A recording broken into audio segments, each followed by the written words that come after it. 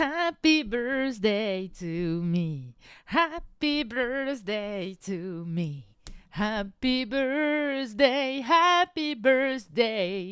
Ok, c'était complètement faux, j'ai foiré ma fin, mais c'est pas grave, je suis contente de vous retrouver aujourd'hui, le jour où je vous fais ce podcast, est le jour de mon birthday. Nous sommes le 19 juillet.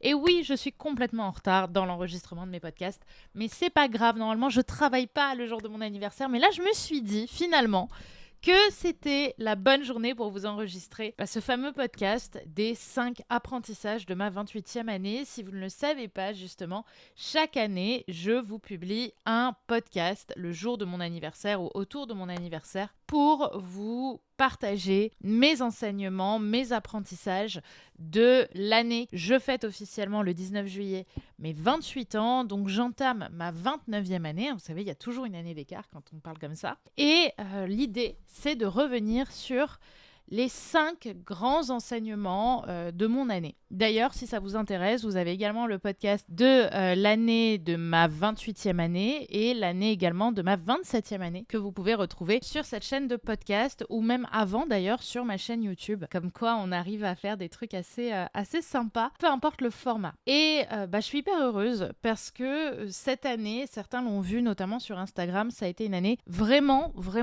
difficile pour moi. Ça a été l'année de la crise identitaire et je me rappelle très bien l'avoir dit à mes amis fin 2023, là je vous parlais de l'année officielle, en décembre 2023, je leur avais dit, je sais pas pourquoi, je sens que l'année 2024 va être difficile.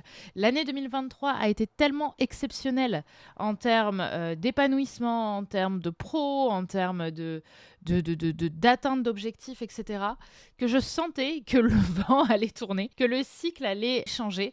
Et en même temps, j'ai envie de vous dire, c'est presque normal. Je pouvais pas rester seulement sur cette montée-là, en tout cas pas que, même si j'aurais bien voulu. Et mon instinct, mon intuition ne m'a pas trompée, puisque cette année a été difficile, elle a été challengeante, elle m'a remplie de doutes, parce que ça a été l'année, comme je vous l'ai dit avant, de la crise identitaire. Je vais pas forcément vous parler de cette crise identitaire. J'avais déjà fait un podcast dessus il y a quelques temps, que beaucoup d'entre vous ont vu d'ailleurs. Mais pour vous la faire très courte, je me suis rendu vraiment compte que je ne pouvais plus et je ne voulais plus être la femme que je montrais sur les réseaux depuis 10 ans, la femme qui m'avait amenée aussi à cette réussite-là, en tout cas dans ma croyance, qui était cette femme fatale, rouge aux lèvres rouges, qui dit qu'elle n'a pas de problème dans sa vie, qui sait exactement comment les hommes fonctionnent, etc. Non, ça fonctionne pas comme ça, et je l'ai bien appris en 2023, je l'ai bien assimilé, ça a été en grande partie assimilé en 2024. Et je pense que c'est ce qui m'a amené aussi à vivre autant de doutes cette année, puisque comme je le dis souvent, même si c'est pas un apprentissage, l'inconscient gagne toujours. Et quand tu veux pas faire quelque chose, tu peux pas le faire. Tu ne peux pas te forcer constamment à faire quelque chose, à jouer un rôle, à te mettre dans une case, il y a un moment, ça explose. Et c'est ce qui s'est passé pour moi cette année. J'ai voulu faire ce que je faisais avant alors que je n'en prenais plus plaisir. Et en fait, je me suis rendu compte que j'y arrivais pas, que j'étais triste, que je faisais parfois même des crises d'angoisse. Et il m'a fallu aussi apprendre à prendre du recul sur ma vie et arrêter de croire que je me devais d'être quelqu'un pour une communauté, pour un travail, pour de l'argent, pour garder mes amis, parce qu'au final, cette année a été l'année de l'amitié aussi, peut-être même de l'amour, on verra. Je vous en dirai pas plus aujourd'hui, mais ça a été une année où j'ai construit beaucoup de relations et où j'ai renforcé aussi beaucoup de relations. Et j'ai eu envie, en fait, de vous en parler, puisque je pense que c'était quelque chose qui ne serait pas arrivé si j'étais restée comme avant. Et je vais commencer donc par ce premier apprentissage, parce que vraiment, ça fait 5 minutes que je parle et je vous ai toujours pas avancé dans le sujet. Premier apprentissage de ma 28e année, c'est cette phrase qui m'a marquée, que mon propre thérapeute m'a dit: tu étais exigeante avec toi, mais pas avec les autres. Cette phrase m'a marquée parce que c'est vrai que pendant une très longue partie de ma vie, j'ai été extrêmement exigeante avec moi-même et je sais que c'est un apprentissage qui peut aussi beaucoup vous servir. La manière dont on est capable de se dépasser, la manière dont on est capable de tout donner, de sacrifier des heures de sommeil, des heures de divertissement, des heures de repos, des heures de chill, de danse, de sport, je ne sais pas, mais on est prête à sacrifier tellement de choses pour atteindre nos objectifs. On est extrêmement exigeante. Je sais que ma communauté de femmes est exigeante avec elle-même. Elle fait tout pour atteindre ses objectifs perso, pro, etc. Elle est vachement dans le faire. Le problème, c'est que cette exigence, elle s'arrête à soi. On n'est pas aussi exigeant avec les autres et malheureusement pas avec les hommes. Alors je dis pas qu'on doit avoir le même niveau d'exigence pour soi que pour les autres. Je pense même que souvent il faut descendre notre propre niveau d'exigence envers nous-mêmes. Mais par contre, on se laisse parfois, en tout cas moi je me laissais parfois vachement marcher sur les pieds. J'acceptais des choses qui étaient inacceptables. J'acceptais notamment des hommes à l'époque, qu'on ne réponde pas du tout à mes messages, qu'on me ghoste. Enfin non, d'ailleurs c'était pas du ghosting. Moi j'ai jamais été très ghostée, mais en tout cas qu'on me réponde une fois sur deux, qu'on annule au dernier moment un rendez-vous et que je sois derrière à courir un peu derrière le mec pour que les choses changent, pour qu'il me regarde, etc. Vous voyez ce que je veux dire? J'étais soumise aux autres, mais extrêmement dominante envers moi-même. Et ça, c'est quelque chose qui parle énormément à ma communauté et qui a été profondément game changer, notamment au niveau de mes relations amoureuses. Mais bref, je vous ai dit, c'est pas le sujet du jour. On parlera de ma vie plus tard. En tout cas, de ce pan-là de ma vie. Mais en tout cas, à partir du moment où j'ai commencé à avoir des exigences avec les autres, où j'ai commencé à dire, en fait, non, c'est pas OK que tu ne me répondes pas pendant une semaine. Et en fait, je préfère arrêter ce début de drague plutôt qu'essayer de m'accrocher parce qu'en fait, je ne veux pas de ça dans ma vie. Vous voyez, ce n'est pas OK d'accepter ça dans ma vie. Et ça aussi, posez-vous la question, demandez-vous, est-ce que c'est OK pour vous dans votre vie d'accepter ce que vous acceptez? De vous accrocher à ce à quoi vous vous accrochez? Est-ce que dans le réel, cette personne remplit vos besoins émotionnels? Vous voyez, posez-vous cette question. Pour moi, ça a été vraiment game changer et ça a vraiment changé mon rapport aux autres. Je pense notamment à une de mes clientes aussi, avec qui on parlait de ça, qui était en grande attente justement des hommes qui espéraient constamment avoir de l'attention. Et en fait, un jour, un mec qu'elle voyait depuis plusieurs mois était un petit peu mi-figue mi-raisin. Et un jour, il lui a pas envoyé de message pendant une semaine. Elle lui a envoyé des messages, il répondait pas. Elle lui a dit, en fait, non, c'est pas OK. Il lui a dit, non, mais j'avais perdu mon téléphone, machin. Non, c'est pas OK. Si tu as perdu ton téléphone, tu trouves un moyen de m'envoyer un mail ou tu trouves un moyen de m'envoyer un message sur Instagram, je ne sais pas. Mais en tout cas, il y a 1000 manières de pouvoir faire quelque chose quand on n'a visiblement pas la possibilité de la faire en étant facile. Vous voyez, parfois on peut faire les choses avec un niveau un petit peu plus difficile qu'au niveau facile, c'est-à-dire de juste prendre un téléphone et échanger. D'ailleurs, au passage, s'il avait vraiment voulu le faire, il l'aurait fait. Donc gardez cette idée en tête, n'acceptez pas l'inacceptable pour vous. Qu'est-ce que vous êtes prête à accepter de la part des autres que vous n'auriez pas accepté de votre part? La question que vous pouvez vous poser, c'est est-ce que moi j'aurais fait ça? Est-ce que moi j'aurais envoyé, je m'en serais pas voulu et j'aurais été totalement OK avec l'idée de ne pas répondre à un mec pendant une semaine qui me plaît? Si la réponse est non, c'est logique. Vous voyez? Donc apprenez à être aussi exigeante avec vous qu'avec les autres. C'est hyper important. La deuxième chose que j'ai envie de vous partager, c'est une révélation que j'ai eue en faisant mes propres recherches thérapeutiques et mon propre travail par rapport notamment à la construction de l'identité, de l'enfance, etc. Puisque je bosse beaucoup dessus. En ce moment, c'est cette phrase que j'adore, que j'ai créée. Je pense pas être la première à l'avoir trouvée, mais en tout cas que j'ai mise de cette manière en avant, c'est qu'il y a deux manières de se construire, soit par la soumission, soit par la rébellion. En fait, j'étudiais la relation aux parents et la manière dont on va se construire par rapport à nos figures d'autorité. Et j'ai remarqué qu'il y avait deux manières de faire qui peuvent être plus sournoises. C'est pas forcément obligé d'être direct et facile à comprendre. Mais en fait, soit on se construit par la soumission, c'est-à-dire qu'on va calquer le comportement de nos parents sur nous, soit on va les écouter, on va faire ce qu'ils nous disent, soit on va se taire, soit on le fait par la rébellion. Et là, on va aller en opposition avec ce que nous ont demandé nos parents. Et là, j'ai un exemple assez puissant, en fait, qui m'a vachement marqué. C'est celui d'une mère, d'un père, de parents, qui ont eu 2 enfants, une fille et un garçon. Et on voit que ces 2 enfants sont l'extrême opposé. L'un s'est complètement tu par rapport à des parents qui étaient extrêmement punchy, extrêmement violent au sens verbal du terme. C'était fais ça, fais ça, fais ça. Oh, ne sois pas comme ça. C'était une éducation très à la dure. Voilà, une éducation très à la dure. Je ne vais pas vous dire autre chose, c'est vraiment le cas. Et donc cette personne, aujourd'hui, qui a une quarantaine d'années, elle se tait. Elle est complètement enfermée sur elle-même. Vous savez, elle a les épaules complètement rapprochée, vraiment comme si elle était une petite tortue qui essayait de rentrer dans sa coquille. Et de l'autre, on a une jeune femme qui, elle, est partie à l'opposé. C'est-à-dire qu'elle s'est barrée de chez elle hyper jeune. Elle ne fait que fumer et faire la fête. En tout cas, c'est ce qu'elle a fait pendant longtemps. Elle a fui, en fait, ce domaine-là. Et aujourd'hui, quand on lui parle fort, elle parle encore plus fort. Dans les deux cas, les deux sont attachés à leurs parents. Mais vous voyez qu'il y a eu deux manières de se construire. Alors là, évidemment, c'est un exemple parmi tant d'autres, mais je le trouve assez visible, assez identifiable.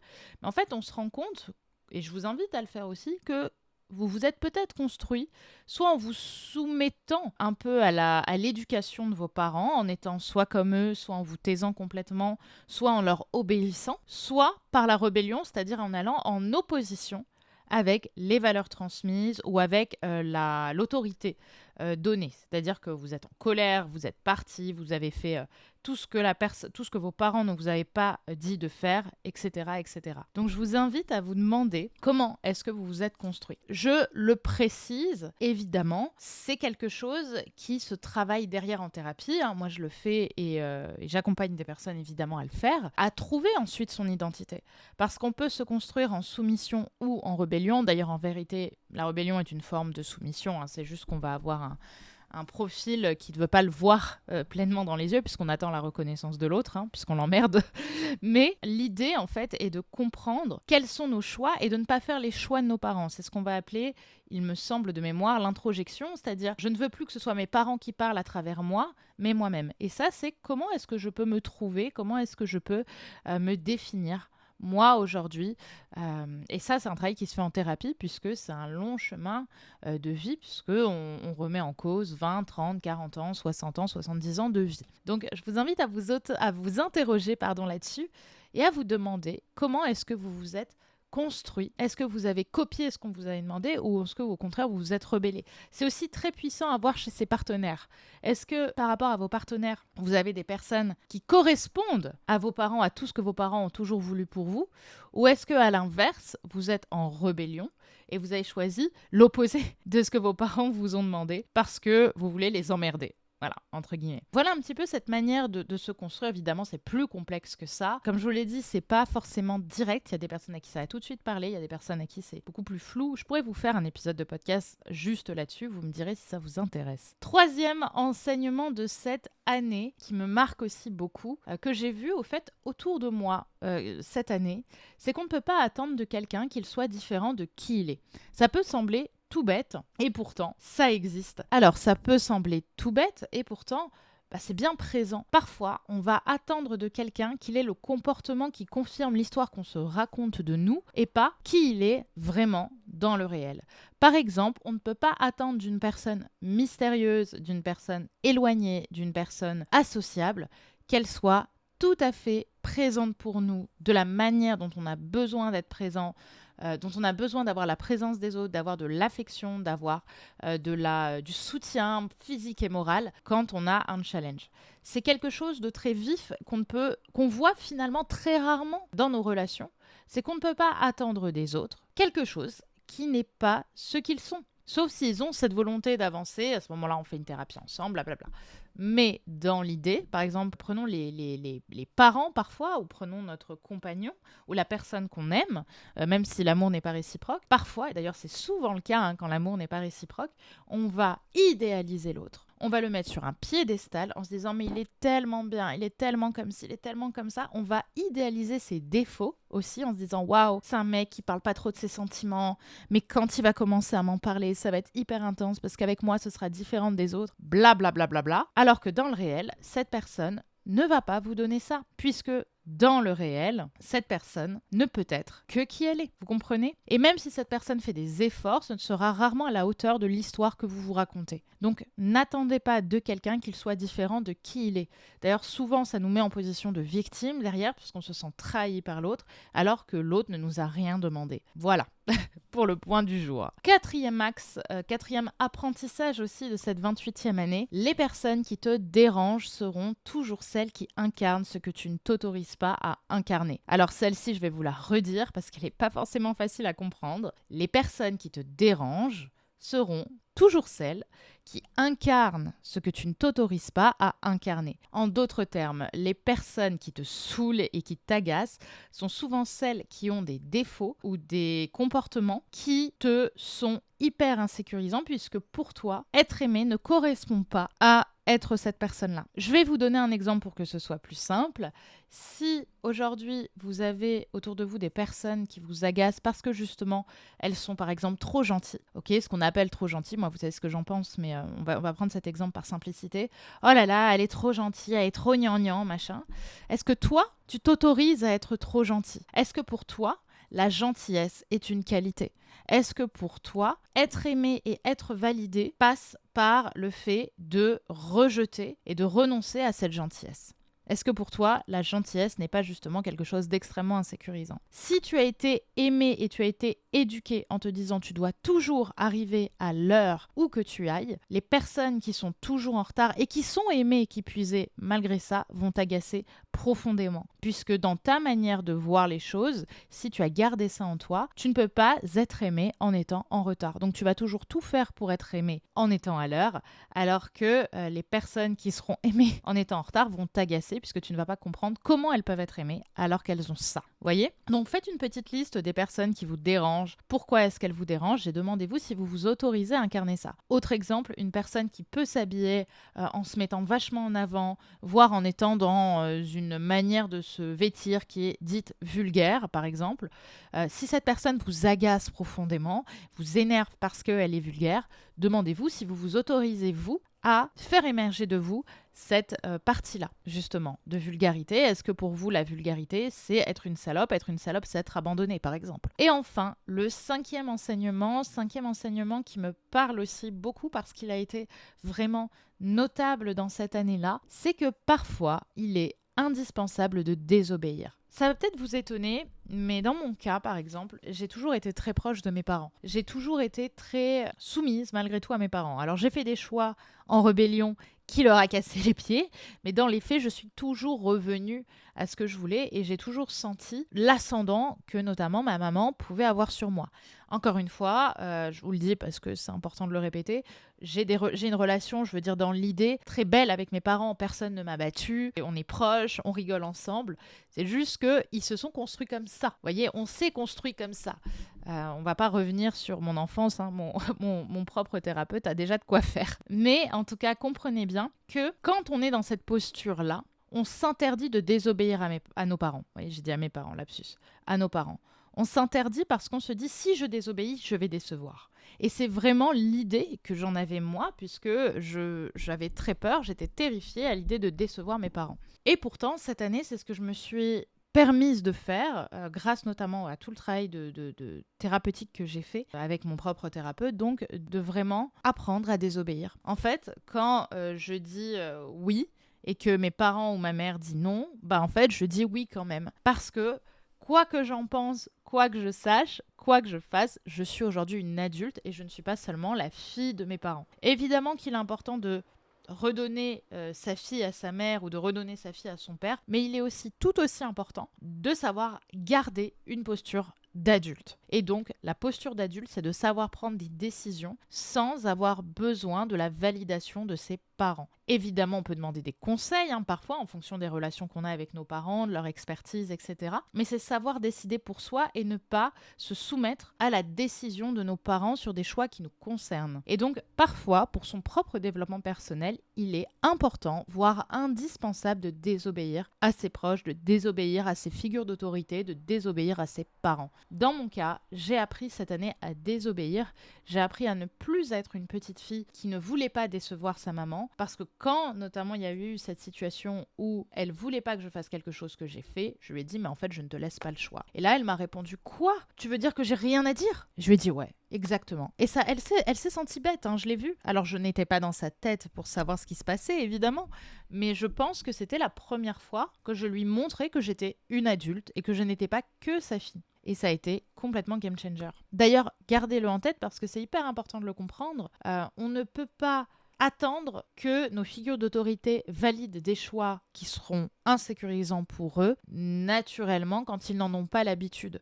C'est un muscle qui se crée, la désobéissance. Là, je suis arrivée, ça l'a déstabilisée parce que je lui ai dit que je restais sur cette décision. Bon, peut-être que la prochaine fois, ce sera plus facile, ou pas. Mais en tout cas, elle a compris qu'elle n'avait plus son mot à dire sur la manière dont je gère une très grande partie de ma vie. D'accord ? Donc gardez cette idée en tête. Parfois, pour son propre développement personnel, il est indispensable de désobéir. Et surtout, gardez en tête que même si vous désobéissez, vos parents vous aimeront.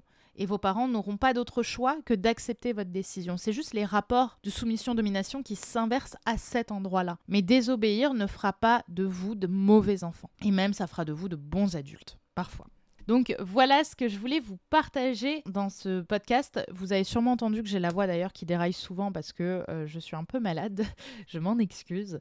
Mais j'espère qu'il vous aura plu. Je suis très en joie aujourd'hui étant donné que c'est mon anniversaire. Donc j'espère que ça vous aura parlé. Mais je n'ai pas terminé. Je voulais aussi vous parler d'autre chose. Je voulais vous donner une sorte de 6e apprentissage qui est un peu en lien avec ce que je vous ai dit avant et qui me parle beaucoup. C'est le fait que le changement ne se fait pas vraiment confortable et que je pense, et j'ai très peur de le faire, mais que je vais complètement revoir la charte graphique et l'identité de marque de ma marque Brenda Boucris. Puisque je vois bien que je suis complètement en train de muer, je ne me sens plus coach, je me sens vouloir aller et vouloir continuer à explorer le monde de la thérapie, de devenir thérapeute, d'accompagner des personnes à atteindre des sentiments de bien-être qui soient constants, en tout cas de ressentir du bonheur. Et cela passe par des moments très inconfortables. Mais je vois et j'observe chez mes clients et la manière dont j'accompagne maintenant mes clientes, à quel point le changement est notable et à quel point avec le temps, ces femmes trouvent l'amour et arrivent aussi à construire de belles relations avec les autres. Petit point aussi que je peux vous partager avec émotion, c'est que je reprends mes études. Je reprends une formation sur 4 ans normalement, justement pour être vraiment certifiée thérapeute de manière européenne d'ailleurs, je ne vais pas m'arrêter à la France. Donc je rentre en école que je vais faire à côté de mes études, à côté de mon travail justement de thérapeute et de coach aussi, pour justement gagner beaucoup plus en expertise, en soutien, en accompagnement, parce que je pense que c'est hyper important en fait de pouvoir avoir un chemin qui soit plus aligné, et ça va aussi passer par, je vous l'ai dit, ce changement de marque. Donc je sais pas trop où je vais actuellement, je sais pas ce que ça va donner, mais je pense que ce sera vraiment pour le meilleur parce que je serai alignée avec ce que je veux vous partager. Donc j'espère que ça vous plaira. Je vous remercie infiniment de m'avoir écouté et je nous souhaite à tous le meilleur pour les 365 jours à venir. Évidemment, that's my birthday. Donc je me dis que j'ai hyper envie de me souhaiter le meilleur, et d'ailleurs je me le souhaite parce que l'année a été difficile, ça a été extrêmement contractant, mais je pense et j'espère pouvoir vous faire justement le bilan de ça l'année prochaine, que à travers cette contraction que je vis qui est extrêmement inconfortable, il y a quelque chose qui va naître, qui va être profondément transformateur pour moi, pour les autres, pour mon travail, pour ma mission, et j'espère que ce sera beau et que ce sera soulageant par rapport à l'année que j'ai vécue, mais en réalité j'en doute pas trop. Je sais que je suis sur le bon chemin, même si ce chemin est insécurisant. Donc voilà pour aujourd'hui, j'espère que ce podcast vous aura parlé. Sachez que on va passer au mois d'août à un podcast par semaine, ce sera plus léger, parce que justement on va chercher à se reposer. Et moi, je prends un mois 100% off. J'ai trop hâte. Voilà, sachez-le, un mois entier, ça va me faire un bien fou. J'ai hâte de me reposer. Je vous embrasse très fort. On se retrouve sur Instagram si vous voulez qu'on continue la discussion. N'oubliez pas de vous abonner à ce podcast, à mettre une note de 5 étoiles pour suivre les prochains épisodes. Et comme je l'ai dit, on se retrouve sur Insta, @BrendaBoucris, sur mon compte Instagram, pour continuer la discussion et avoir du contenu quotidien. Je vous embrasse les filles, prenez soin de vous et aimez-vous très fort.